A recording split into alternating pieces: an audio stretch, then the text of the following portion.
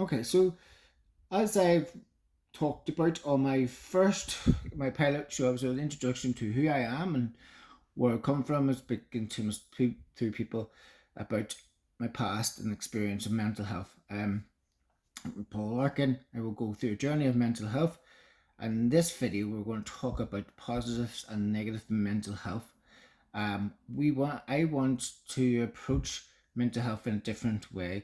A lot of times when we look at mental health, we always go straight to the likes. Automatically we go look at the negative, as in depression, anxiety, suicidal thoughts, bipolar, um, and the implications of that, and how it becomes like this sick and doom, just sort of dread feeling. I mean, whenever it happens, you kind of almost see like dark clouds coming over the person when we're talking about it. There's people tear up, they get all sad, the tone changes. Oh, I've got such bad mental health and all this sort of stuff. It all changes. This is something I do myself. I'm well aware that this is something that impacts me. I kind of want to break this habit. I want to change our perspective with mental health and how we talk about it. Uh, and I want to explore mental health in all its areas and aspects. So you have the likes of mental health and the likes of learning difficulties as well. We have autism, dyslexia, ADHD, um, and how that could be seen. And also in those areas, we can also automatically go to the negative. Automatically go, oh well, it's autism. It's such a hard. Oh, when you as parent, I hear all the time. You speak to another parent, and you say, "Oh, my kid has autism," and they go, "Oh, well, that must be really hard for you. I mean, really difficult, and all that sort of stuff. Oh, it's so hard." But you don't actually look at it as an actually no.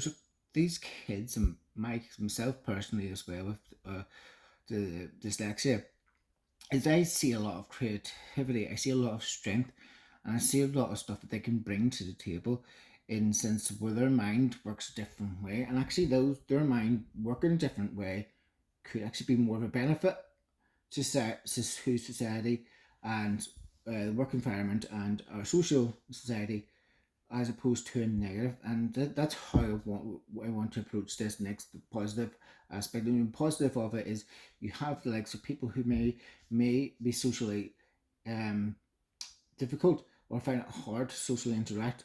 But how do we look at that as a positive?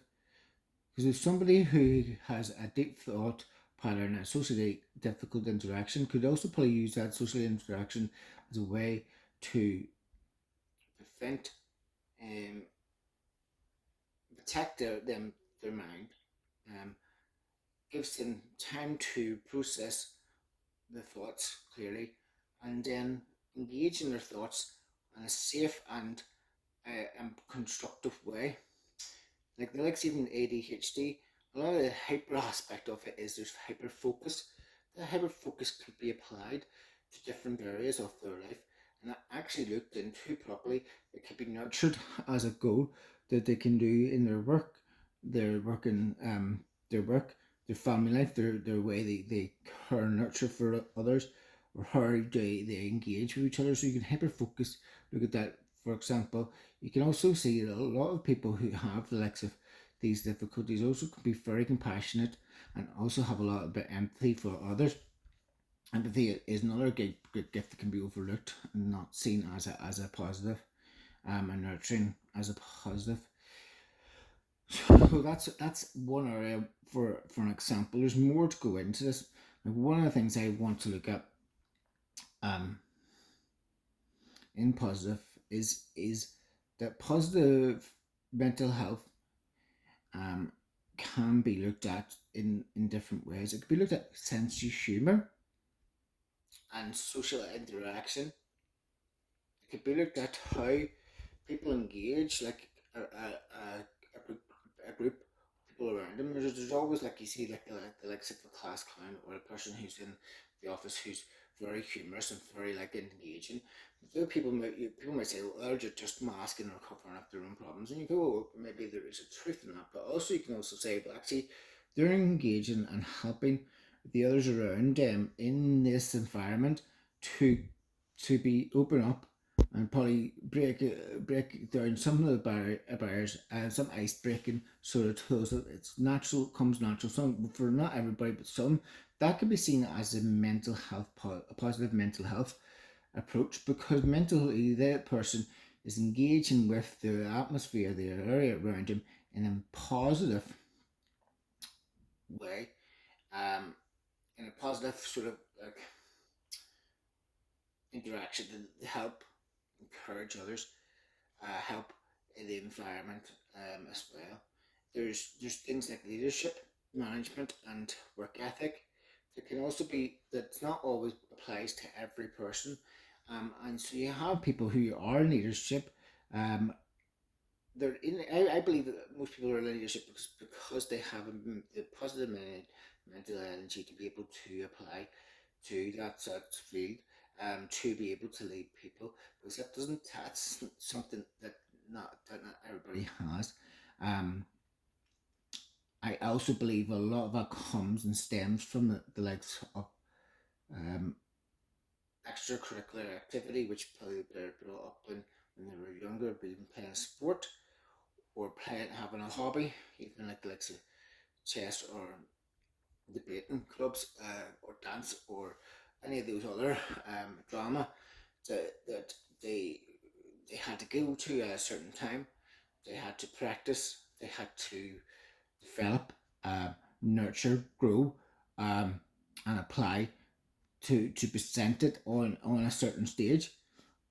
Even if it's a game like a match, or if that's on stage, or if that's like a finals or whatever it is, it's been nurtured and there's a discipline there. And then I believe that nurture, that discipline, that practice they developed in their formative years, um, have been brought into their adult life, and that's where leaders then kind of come from. Um, I believe that there's also people out there who probably have that ability within their mindset, but they're probably bogged down with other things. So then, how do you change that perspective to allow? How do you change the perspective to allow people who may have this strength but just don't know how to use it and nurture it?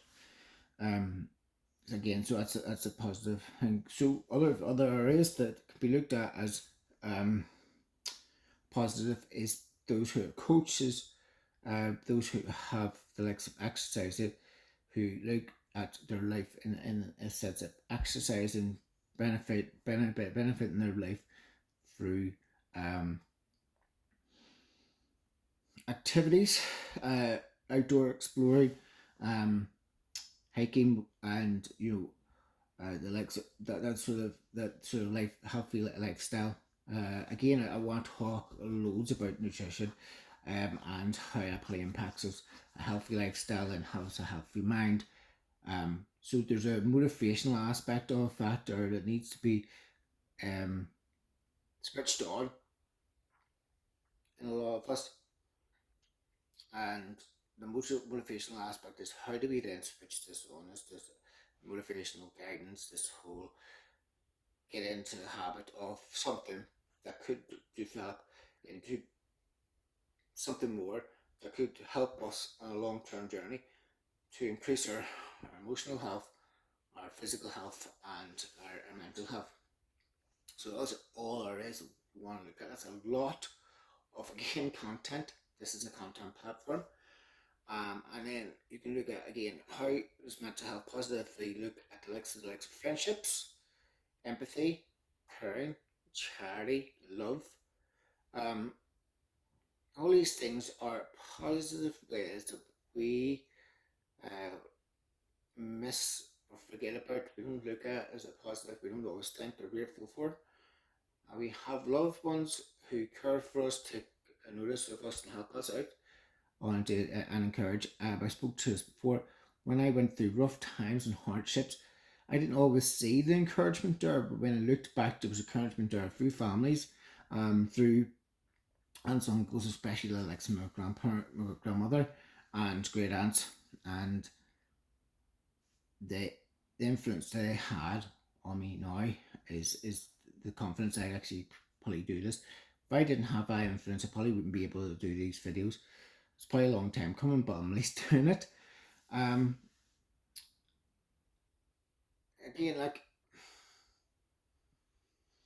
we can also look at the likes of depression, anxiety, or the thoughts that we can go as a positive. If you look at depression in the sense that depression can help us to step back from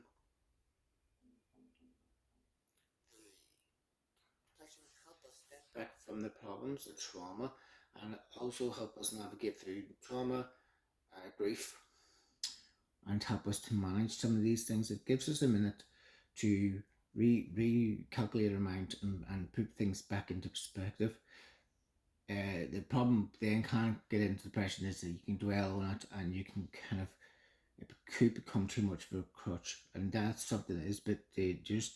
So we have to look at, okay, depression does have its place. It can be helpful. Anxiety does have its place, and it can be helpful.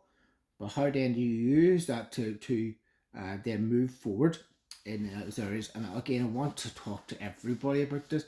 Again, so to wrap up and to conclude, I want to create a community here where I'm interviewing people who've had these experiences, who want to talk to them about different things and different things. One of the areas I want to speak is speaking to how to create positive mental health within a working environment, how to create positive mental health within an educational environment and in a family setting.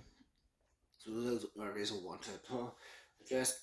If you have this desire and it's been put on your heart, there's something you want to do, contact me, reach out, subscribe, like, and add comments.